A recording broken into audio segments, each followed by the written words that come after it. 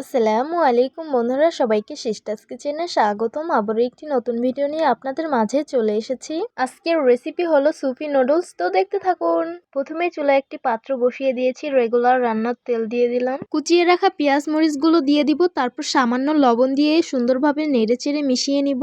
এখন দুটো ডিম দিয়ে দিব, তারপর এটাকে সুন্দরভাবে ফেটে নিতে হবে। ডিমগুলো সুন্দরভাবে ভাজা হয়ে গেছে, এখন নুডলসের মশলা দিয়ে দিব, তারপর সুন্দরভাবে নেড়ে মিশিয়ে নিতে হবে। পরিমাণ মতন টমেটো সস দিয়ে দিব, পরিমাণ মতন সয়া সস দিয়ে দিব, তারপর সুন্দরভাবে নেড়ে মিশিয়ে নিব।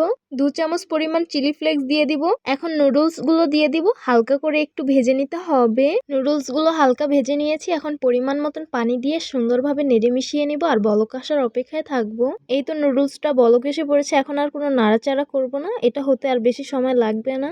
এই তো ঝোলটা আঠা আঠা হয়ে গেছে, এই তো এটা একদম রেডি হয়ে গেছে। এখন নামিয়ে পরিবেশন করে নিব।